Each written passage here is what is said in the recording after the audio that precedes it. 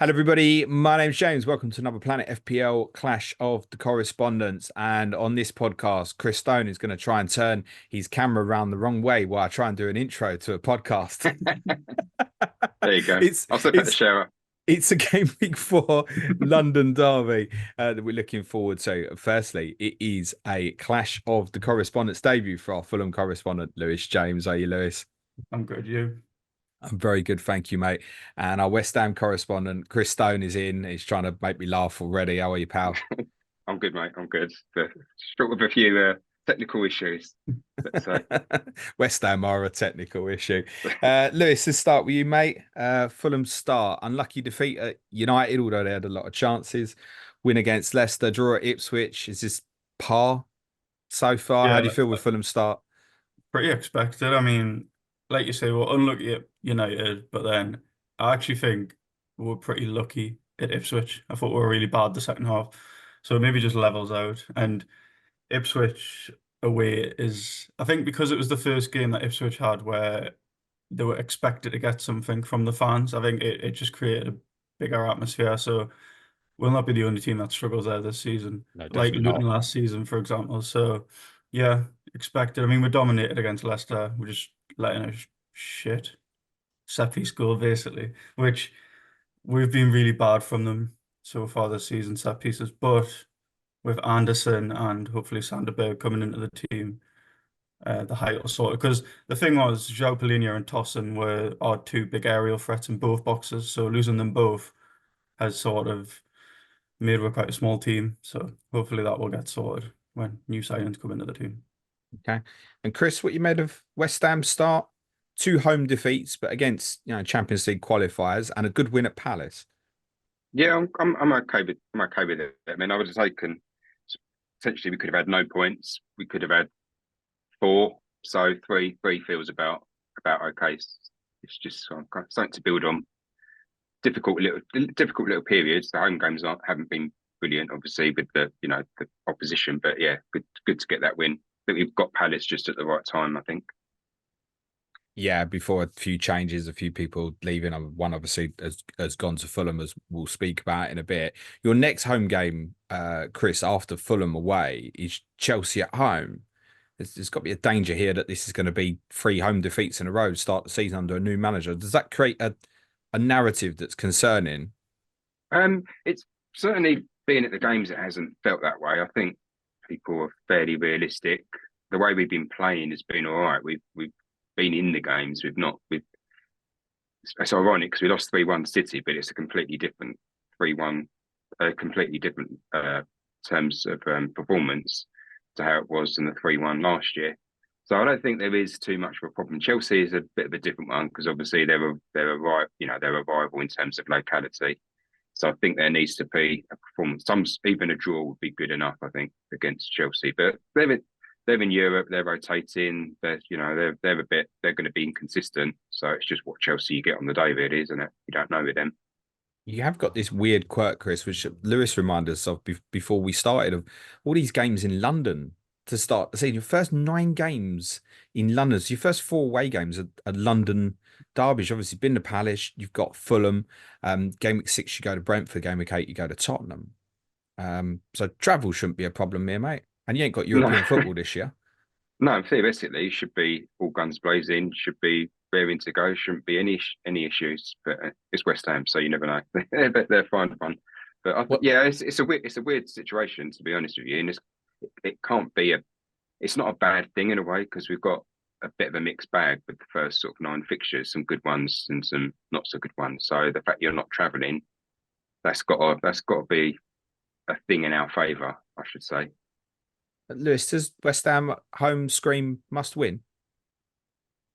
I don't think it's must win, but I'd backward home against anyone. And last season we were so good at home, but so bad away that obviously we all know what happened last year, especially with Sudge's infamous Monday podcast, and then we went and done them over. So yeah, I mean it's not must win because I don't.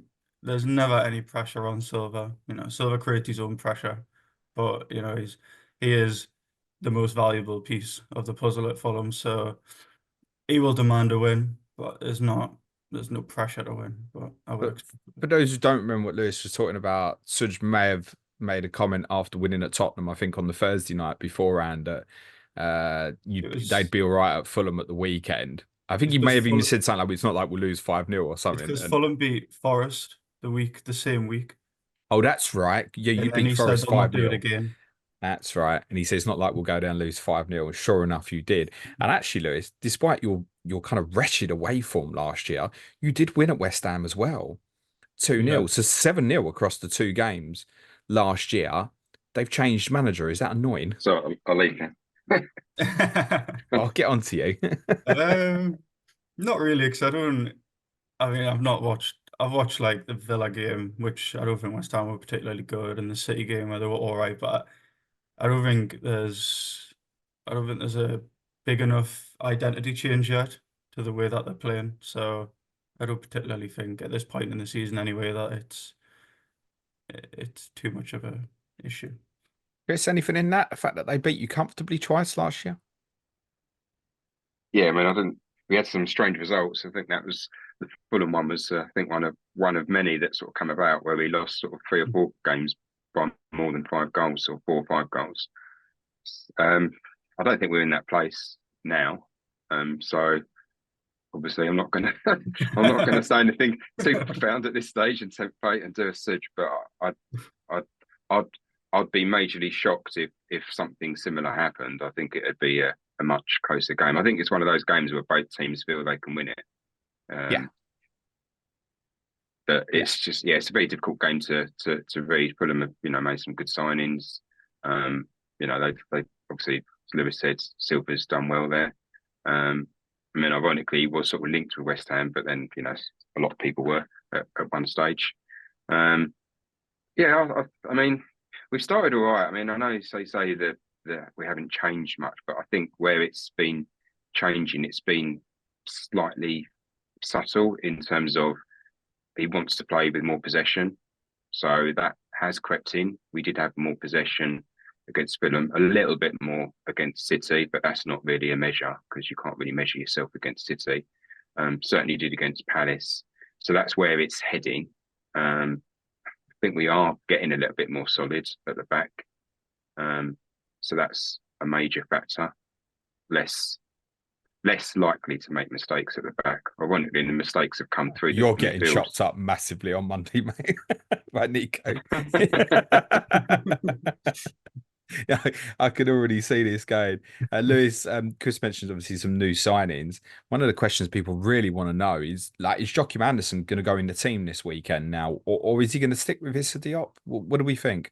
Well, I was baffled that he didn't pick Andersen against Ipswich purely because the Ipswich play such a high pressing, and neither Bassi or Diop are particularly good on the ball, which it was a massive problem at United. As soon as United realised all they had to do was press the centre backs, and we had to go along and we couldn't play through them. That's what they did, and that's when the game changed. So I was surprised he didn't do it against Ipswich, and I would be baffled if he doesn't do it today because you haven't bought him in, and I can't keep watching Issa Diop ball because he's all right as a backup, but he's just got that. You can have a 8 out of 10, and then he just has that moment, and it normally concedes a goal. So yes, Andersen for me should 100% be the team. I don't think Sander Berge will start though. Okay, Chris, you obviously Issa Diop has obviously played for yourselves. What did you make of him as a player? He was when he first came in, he did really well. And I think he came in, I think he must have been 2021, had a lot of potential. He kind of went a little bit backwards. The mistakes did creep in. He is prone to a mistake, and that was the problem. When he was good, but you just didn't know when a mistake was going to happen. It wasn't a case of just poor form. But if he's on his game, he is a good player. But I just think he didn't develop the way that they thought he would. I don't think. What's the feeling on the Andersen signing, Lewis? You obviously had him on loan a few years ago and was very highly rated, despite obviously the fact that you went down that year. Yeah. I've said that I felt it was a bit of a sideways move. It seems like since then, it seems like Palace pushed him out. Is Yeah, that the feeling you've got from it? yeah, he did an interview where he basically said that Palace didn't want to offer him a longer contract, and obviously we've given him a pay rise as well. So I think um, at the end of the day, a footballer it's just a job to them, and they if we would all go to a different place for a pay rise, and a longer contract. So it was definitely money motivated, but I also think, like you say, I mean, he did captain one. I think it was like 7 or 8 times that season. So, and I think we probably would have signed him had we stayed up that year. So maybe there was a bit of unfinished business. Um, and yeah, people say it was a sideways step, but I think you've got to go where you wanted. And I also, like you Yeah, no, I said, get that completely. times, I don't know if he particularly wants to play in a back three, which is obviously what Palace have now adopted. Yeah, I think it was just one you're looking at on the outside and so well, why Palace have been trying to obviously finish last season really well under a new manager, and that was one of the conclusions. Like maybe he didn't want to play in a back three. Was one Yeah, of the conclusions that I potentially came to because it was one that left the head scratching. It's a great signing for you, yeah, absolutely. It just left the head scratching a little bit in terms of from Palace's perspective as well because we knew there was so much interest, obviously, particularly from Newcastle with Mark Gay. It was an yeah. assumption that Anderson would be really Well, important to them, that but.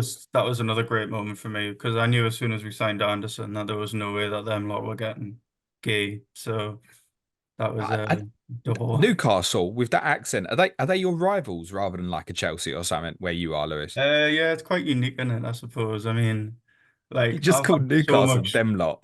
so much rubbish off them over the years at school and whatever that I always like to see that demise. I So, suppose you think they're the second best black and white team in the Premier League then.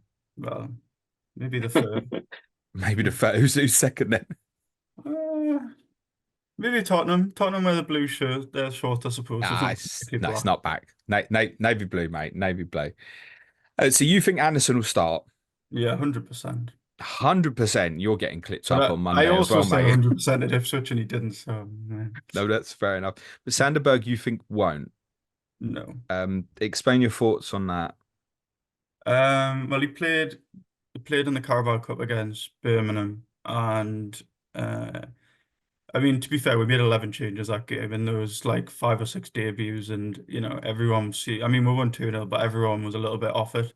He looked off it, and there was rumours that he had a bit of an injury when we signed him. So, and Lukic just played well. Lukic hasn't really put a foot wrong, so I don't think it's right to take Lukic out of the team yet for no reason. Do you foresee them playing together in the longer term? Or I do you think see in this with Pereira and certain Smith-Rowe together a bit higher? Is that likely to continue? Yeah, I think it's certain fixtures. I think when you're at home to like a Leicester, I think you can get away with playing Pereira and Smith-Rowe, but then you go to City away, for example, you probably want a bit more defensive minded players. So I mean it's good that he's got a lot of thinking to do about how he wants to run the midfield and he's got a lot of quality options there. So um I think it's more of a game to game basis in the middle of the park.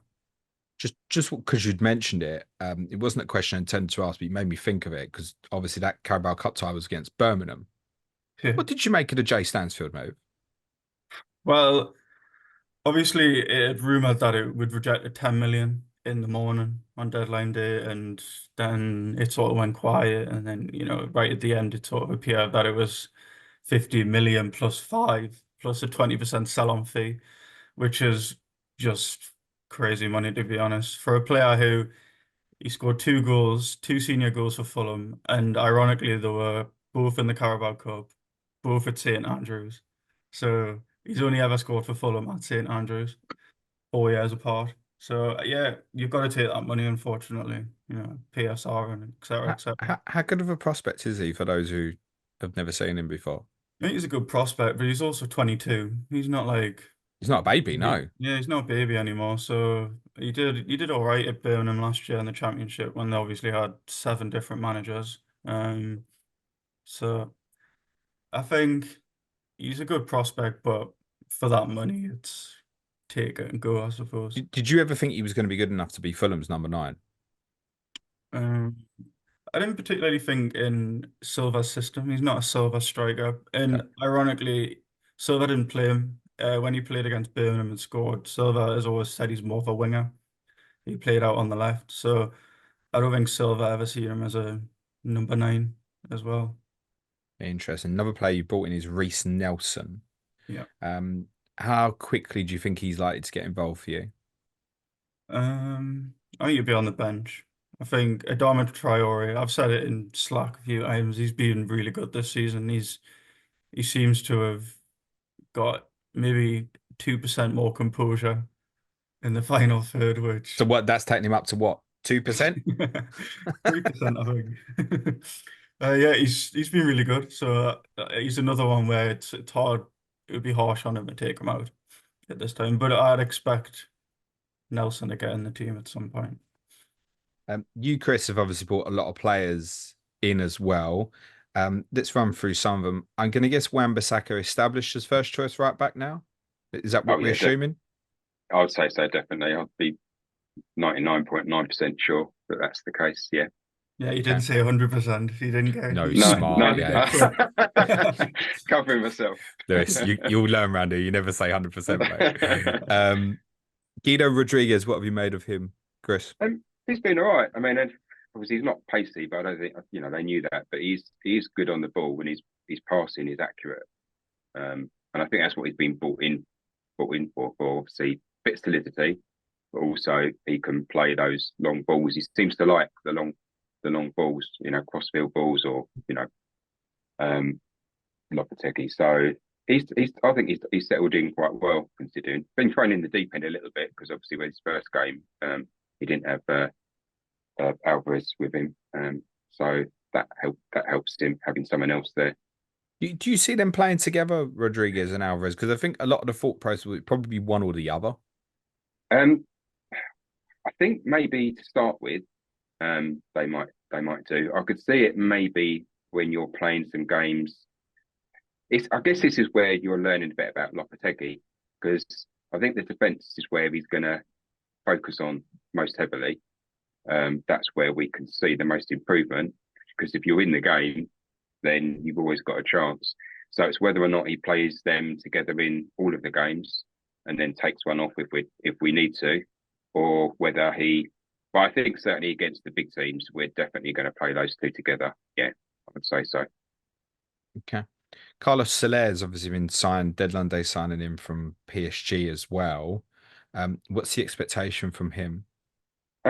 It's a bit of a funny one, because when they were looking at him, they were looking at signing him with a bit like how Surrey's done with a couple of the others, where we've got an obligation to buy. But that it was just a straight out loan for a year. I think the problem is I've heard that he's on something like 200,000 a week at PSG. Woof. So that was the problem. That's the problem. I suspect that was the problem with the buying part.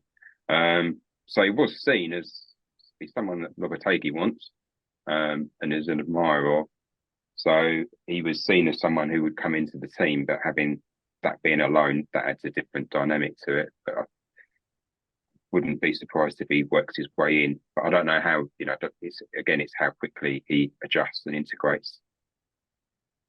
Okay, Crysensio Summerville. He came on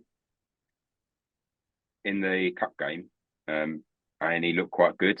But then in other moments, he looks like he's still adjusting to the Premier League. So he's shown touches, but he got knocked off the ball quite easily. So I think it's a tricky one with him. He's obviously got a lot of talent, but I think he feels like it's going to take him a little while to adjust. Okay. Todibo, centre back who's come in. I think it was an assumption because Manchester United had been linked with him that he'd probably go straight into your team. That doesn't appear to be the case at the moment, but is that the expectation that he'll become first choice? Yeah, I mean, it is the expectation. We've got the obligation to buy, which is whatever triggers it, I think is so ridiculous. It's like 5 games or something, isn't it? Yeah, such a low bar. So it's almost, guaranteed. He did, to be fair, when he played, he looked, seeing him in the cup game, he just seemed to be struggling. He seemed to be blowing quite heavily. So again, I think he's another one that probably takes time to adjust to the Premier League. So you'd still expect Mavropanos to play this weekend, I would assume. I think I would think so. Yeah, I would Yeah. think so. I think because he's got the physicality, and I think with playing with Kilman, I think it allows maybe a few things to be covered up in terms of if he makes a slight mistake. But he's been all right, Mavropanos. He started quite well, I think. We think as well Nicklas Fullkrug has an injury at the moment. I've seen conflicting reports whether it's an Achilles problem has largely been reported, but I think Julian Nagelsmann, the Germany manager, said himself a calf problem. What have you made of him so far? Because I think a lot of people have seen is that one clip from the Carabao Cup tie with Bournemouth, where a Bournemouth player breezed past him over the space, like had a 5 yard head start, and within the next 5 yards, he'd overtaken Fullkrug. He looked like he couldn't move. Yeah, I mean that was. I guess that's that is factually correct, but I think that's not his strength. It's not his strength running. His strength is being in and around the box, getting balls in and around him, and bringing players in and getting on the end of something. It's not really breaking and kind of bursting through and doing the counter attack. So if you're judging him on that, then yeah, he's not gonna be that sort of player. I don't think we've adjusted in the sense of how we play to him, but then he's not been starting games. So again, he's probably another one. I think he said himself that it's going to take him time to adjust. But I think he's got the right mentality to do well. Do you expect if he's out for a while, do you expect it to stay with Antonio up front? It's a bit of a tricky one, and again, I think that's a little bit of because I know at the beginning of the season he said that Bowen wouldn't be playing as a forward, or intimated that that wasn't where he saw him playing, or they didn't need him to play there. So it'll be a case of whether he's stubborn and sticks with it. Trouble with Antonio is he's not really been showing that much. He's a bit of a streaky player at the best of times, but he just doesn't see. He's not offering a great deal, really. He's not winning everything like he did. He maybe lacks, I wouldn't say lacks physicality, but players seem to know how to play against him. He's not causing havoc in that sense, but he's useful there as a body. If that makes any sense. He's useful to have there. He can play 60 minutes, and then you can put maybe Bowen up front, or obviously where Fullkrug was there, Fullkrug would come on. Yeah, it's interesting. Antonio probably sticks at the moment, though, doesn't it? I think he probably does. I don't think he's going to take him out at this stage. Okay. Lewis just said one of the things he didn't like looking at his FPL team this week was seeing 3 Fulham players there. He's not asking for any trouble there, is he? Well, I mean, you sort of made your bed, you've got to lie in it, I suppose. No one forced him to do it, so. He's got Leno, Smith-Rowe, and Muniz, I think, are the 3 that he's got at the moment. Firstly, Bernd Leno should have done better with that Liam Delap shot, shouldn't he? 100%. Is there any concern about him, not in terms of his position in the team, just in terms of him as a fantasy asset? Because he's been very good over the last couple of years. No, I think, I can't, he's been so good. And I mean, we signed him for peanuts really in this day and age. So I can't slate him or anything. It was just one of them. And unfortunately, when a keeper makes a mistake, it's usually a goal. So yeah, I think frustrating. Obviously, we conceded late against Man United, where we didn't particularly look like conceding. Really, they didn't really put a glove on. And then he was on for a haul as well. Yeah, and then obviously a silly set piece goal against Leicester, where again they didn't really lay a glove on her. And then, like I say, Ipswich, he made good saves. So I think if you look at our XA, I think we're like 5th or 6th in the league.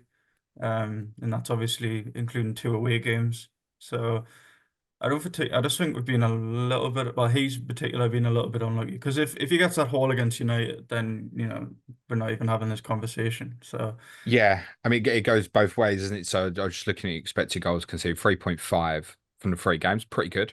Although the Manchester United number is quite high because of, I think, chances particularly Bruno Fernandes had in the game. And the Garnacho miss at the Oh, end. of course, the Garnacho miss at the So end. You're pretty quite right. stupid. And a little over one expected goal conceded from the games against Leicester and Ipswich, which is good, but Yeah. it's obviously two of the promoted clubs. So he's conceded 3 from an expected goals conceded of 3.5, and it's worth saying he has got 3 points in all of these games. So 9 points from the 3 without keeping a clean sheet is obviously not a terrible return. Ticking over, you mentioned that there might be the possibility that further down the line, Sanderberg would potentially come into the team alongside Sasa Lukic. Yeah. Who would you imagine would drop out between Smith-Rowe and Andreas Pereira there? Or is there a case that Smith-Rowe could go and play wide, for example?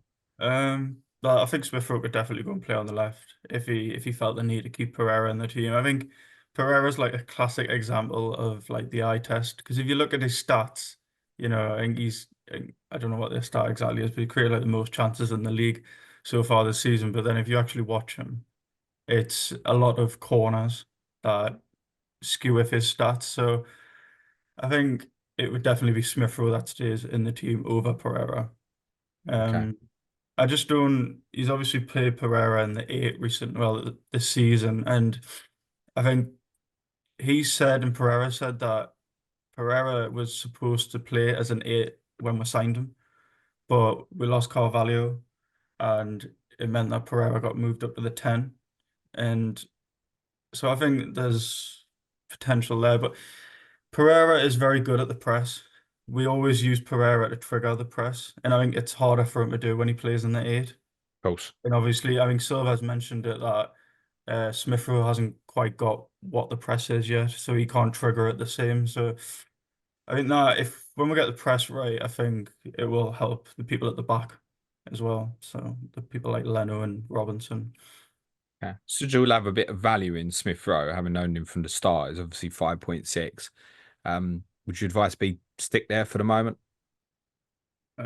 Yeah, I mean, if you've got no other fires, then take them out. But unless you're on wild card, I don't see why you would flip that around. Okay. Me and Suj both have Muniz. I told you, I did not recommend him. Yeah, there's a few people I chose to ignore, such as Tom Med putting me off Wan-Bissaka in pre-season. I chose to listen to that one, didn't I? Got that incorrect. So I don't want to move him this week though. The fixture's still good. Nah, Newcastle at home afterwards it's you know still he's reasonable. Couple of good home games.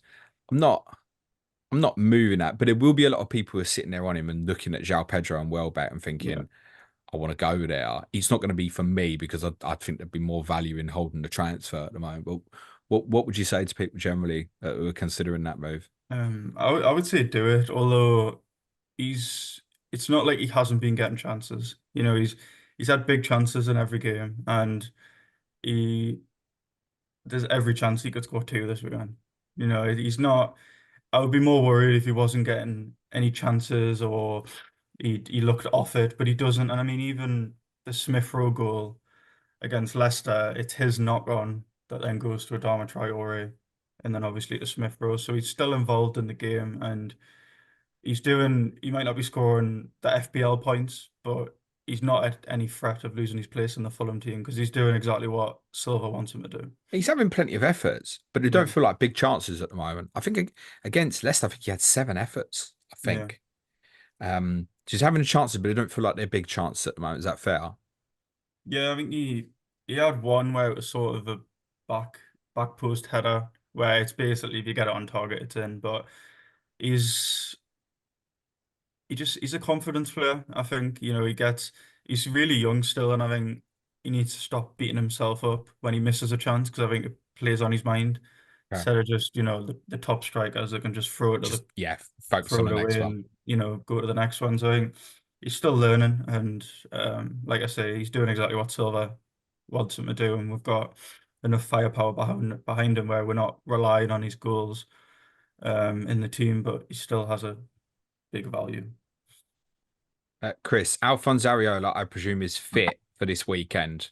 Was a substitute for France during the break. So for those with Flappy, there's no chance of him starting this week, is there?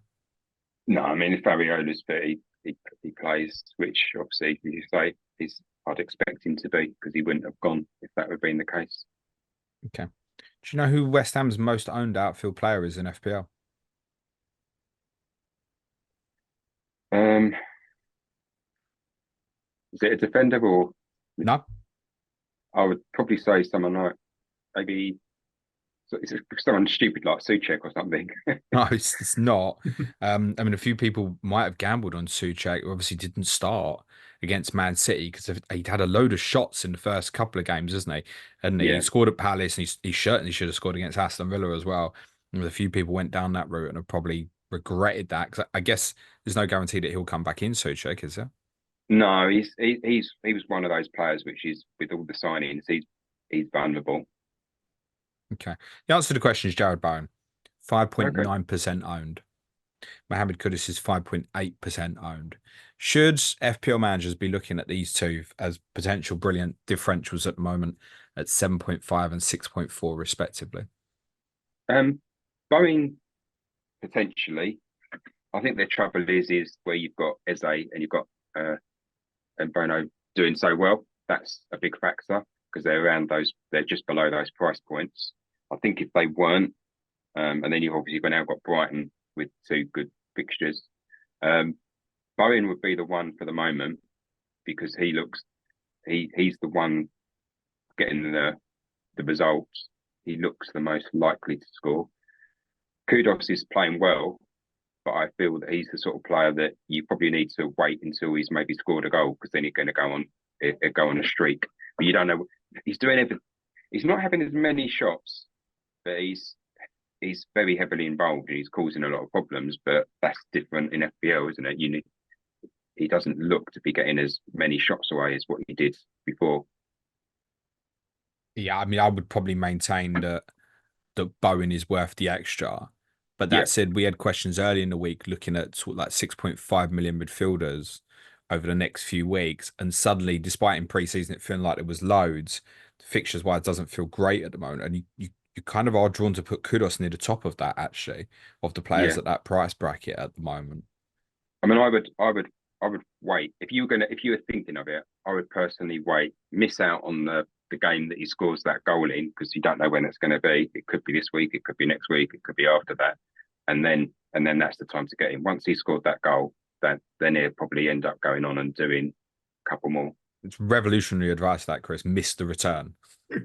I know, but well, you could sit there with 2 points for 3 weeks, couldn't you? Waiting for that time for him to because he's doing it. He's playing well. He's not playing badly, but he's not having the amount of shots. Bowen is the threat each and every week. Yeah, Kudos expected goal involvement is higher than Bowen's across these first 3 games so far this season. It's worth saying Lucas Paquetá's is higher still, but that's heavily influenced by the penalty, obviously, against Aston Villa. And we've not seen a huge number of penalties so far this season. Paquetá at 6, float your boat at all, Chris? No, not really. I even think there's a little. Again, this is a bit of a learning thing with Lopetegui. What does he do? Because he's not been playing great, not by his standards. And as I say that in the sense of he's not quite hitting that perfect level at the moment. He's making a few mistakes, and unfortunately, those mistakes of misplaced passes they cost us. So, does Lopetegui think, okay, well, we can't afford to make those mistakes? I guess I don't think there's any danger of him not starting at the moment, but I think if it happens again in another game, say like this week, then he might be someone that he looks at and maybe takes him out every now and again. All of your defensive players, Chris, are 4.5 basically. Yeah. What would you say to someone who was looking for one of them? I would look at Kilman or Wan-Bissaka. I really thought you were just going to say look at someone else. No, I actually think our defence is where you're going to see the biggest surprises because we let in so many goals last season, but I think this is where Lopetegui is going to focus on most heavily, and that's not just the back four; that's the players in front of him. So I think we will end up with more clean sheets than people expect come the end of the season. They are boring picks, though, aren't they? Kilman and Wan-Bissaka, mate. They are. I mean, Kilman is. I, I don't know a lot of how he played at Wolves, but he does bring the ball out quite a lot. Obviously, he had that one where he kind of got into the opposition half, didn't he, and played the ball through. Palace, yeah. So, and he's there and thereabouts all the time. In terms of he's the one getting in that last stitch tackle. So is Wan-Bissaka if it's out wider. Wan-Bissaka's probably, if I was going to pick out the two, I'd say Kilman, because while Wan-Bissaka is having an influence in the team, you don't know whether he's going to get that attacking return. He's got the potential because he's getting high up the pitch, but he could be an assister type of situation. Why not Emerson? Nothing against him. I just think Wan-Bissaka seems to be getting the minutes because if someone goes off, he switches him out to the left. So he's probably going to get, unless he gets a knock or something, he's probably going to get the 90 minutes. You're saying, so if he wants to bring Soufal on late in the game, move Wan-Bissaka to left back and take Emerson off? Yeah. Or if Emerson gets a knock, then it's Wan-Bissaka which moves across and then Soufal comes in. Okay. Interesting. The one thing I think certainly to be said of Kilman, if that's your preference, is, I mean, there's a new signing, the natural left footer within the squad. There isn't much doubt on minutes here, and actually comparable with sort of some of the debates people have been having about things like Konsa versus Torres this week at Villa. And even though their first choice at the moment, the fact that the Champions League is there is not helpful. It's obviously for you with no European football this year, Kilman, barring injury, should start 38 games here. Yeah, he's looked very strong. He just looks, he looks like a giant, in some respects. When you see him, quite imposing. Lewis, any interest for you in West Ham players at the moment? Well, obviously not this week. I don't know, mate. Whenever my team's playing, the first thing I do is look at the opposition, mate. Yeah, that's Spurs. I'll do the same. I trust our defence more than your defence. Well, even with Diop and Bassi, yeah? I mean, look, Diop's done nothing wrong this season so far, but that's You want to jettison him straight out the team, mate. Come on. It's a ticking time bomb. You know what will happen. So that's we have Newcastle coming up, and if he's still in the team and it's against Newcastle, then that's mine and his relationship done. I've been looking at Bowen. Is the only one that I've really looked at from a West Ham. Not really anything defensive. I think it's more of a wait and see how the defense sort of shows up. Obviously, I'll see him this weekend, and if they look half decent, then he's the sort of player, Bowen, you can just put in your team at any time, really, can't you? I think pretty fixture proof. Yeah, I think so. And even looking at the fixtures, I said this before about West Ham. I think this is quite relevant, Chris. Like if you look across the next three, there's 5 of the so-called big 6 in that run across the next 5. But probably across the teams in the top 8, you'd probably say that the ones that are most vulnerable to teams offensively are Chelsea, Tottenham, and Manchester United, and those are the 3 that you play over that period. So I think for the offensive guys, and the fact Chelsea United's still at home, and obviously Tottenham is the cup final, that there's still good fixtures for a Jarrod Bowen. And then following that is Forest, Everton. Then there's a couple of difficult ones, Newcastle, Arsenal, and then you have this brilliant run, game week 14, which people have highlighted quite a lot. In the build up towards Christmas, where I think people really, if people are wildcarding around about game week 14, I think they will want Jarrod Bowen. I think where Bowen's benefiting with Wan-Bissaka is Wan-Bissaka's that little bit higher up the pitch, so it's meaning, but when you notice it, when Wan-Bissaka switches over to the left and Soufal comes on, how Bowen's dropping that little bit deeper. So that with Wan-Bissaka there, that's having a big positive impact on Bowen. Yeah, you got any West Ham at the moment, Chris? I haven't at the moment. No, I had Areola, so he's been the only one. But I'm it's just timing, isn't it? It's how do you get them in there when you've got all these other options at the same price point. That's where it's difficult this season because you can't have that bias. But I would like to get a defender in, and Bowen would be the one I would get. Yeah, I think the thing is, you look at this when you think, oh, that's all right. and you look at Eze, if you don't own, you think, oh, I'm quite tempted by that, and that's a bit cheaper. And then Yeah. you fast forward a couple of weeks and you think the same thing, and you think, oh, no, and that is Bumo, or Bumo's cheaper than Bowen as well. So I feel like he'll be one that continuously gets overlooked, actually. And there's no doubt that he'll provide consistency, Jarrod Bowen.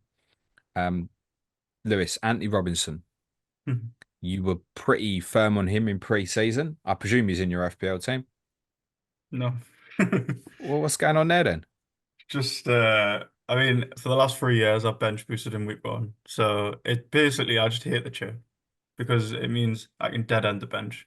So obviously we had United away first game, so he wasn't in then. Um and he's not came in. It's basically because he had a price rise and I'm stingy and I don't like looking at 4.6.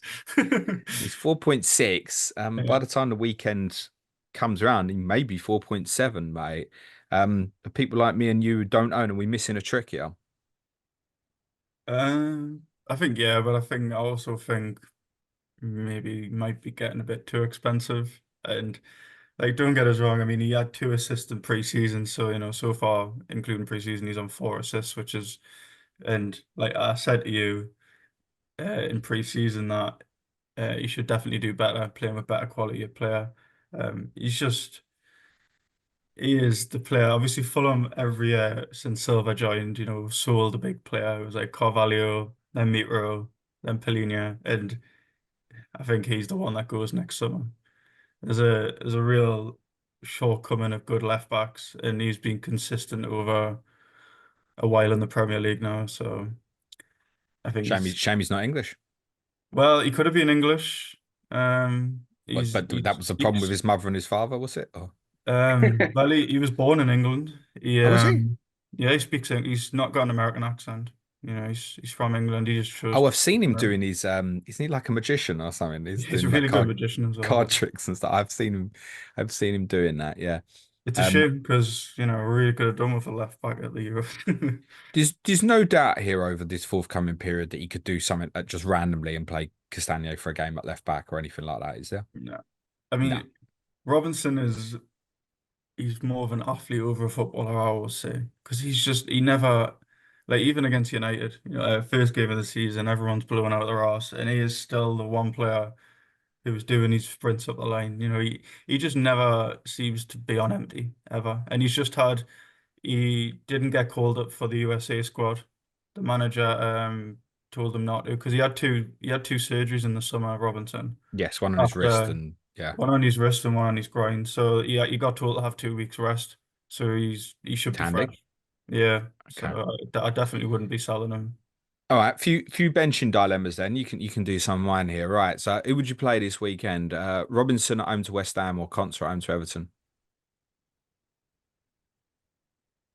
Conte.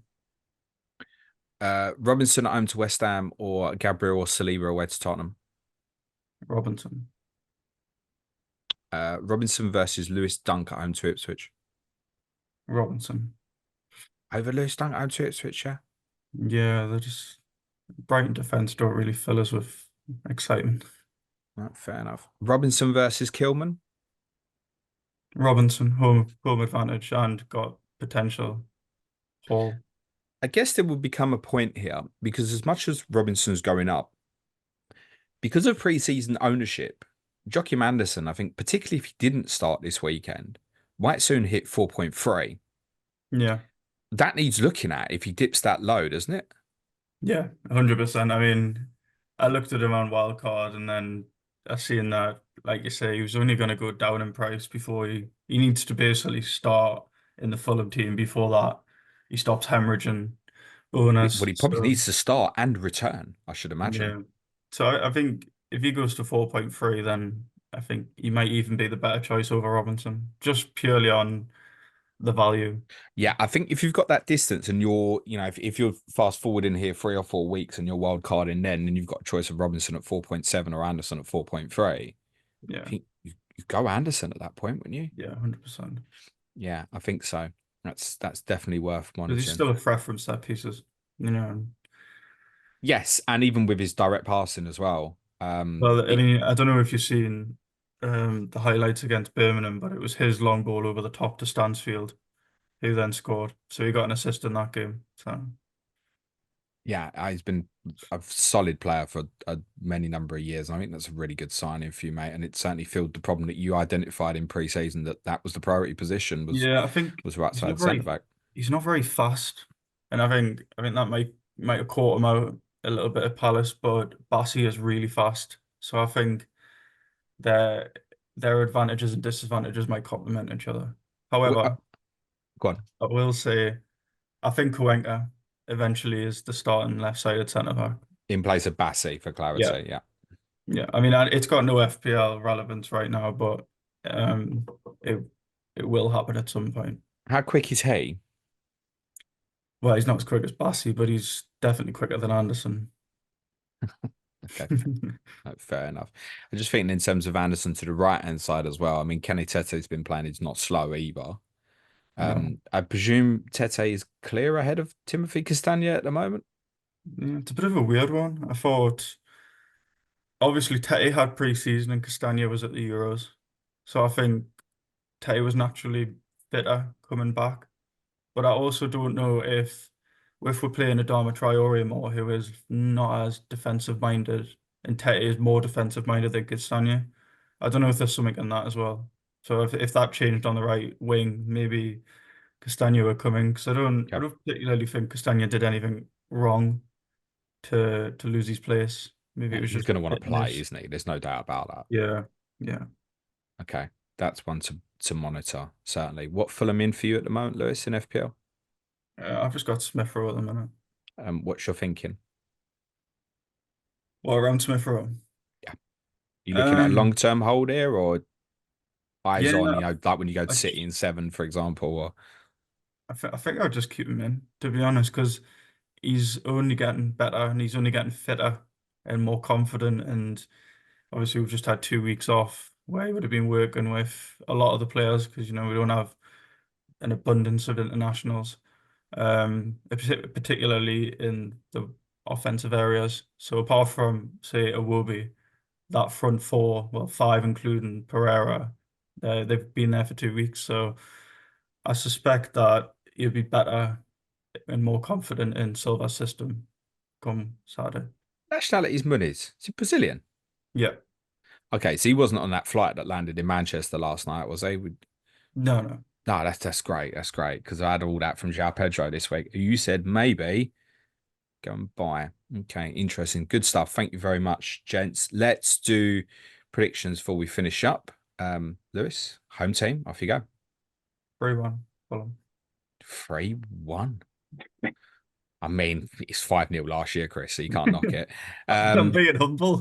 Yeah, basically, yeah. I don't know if the correspondents are capable of doing that. Go on, Chris. Like massively, but I'm going to say 2-1 West Ham. Nicely done. Good stuff. You've got to say I'm it going with to your make. chest. There was no I'll fight. confidence in that I'll prediction. fight. I will make a. I'll make a season prediction though. Go on, Ed. Providing Kilman stays fit, I will predict that West Ham will have more clean sheets than Fulham by the end of the season.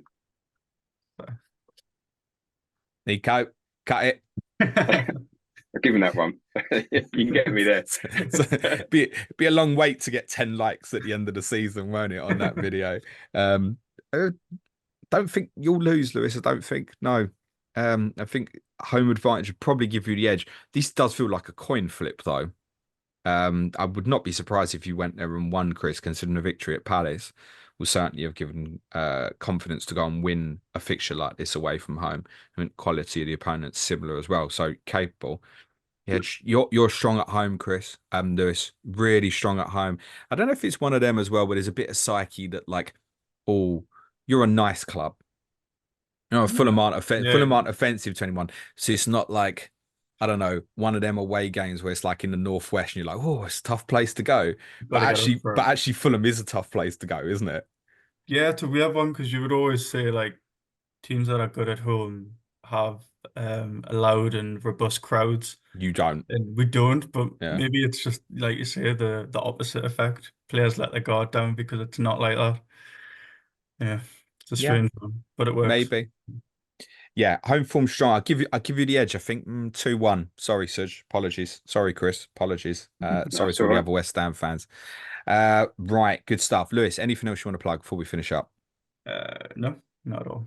Thank you, mate. Good luck this weekend. And Chris, yourselves? No, that's all good. Thank you, both of you. Thank you, mate. Thank you both for your time. Good luck this weekend.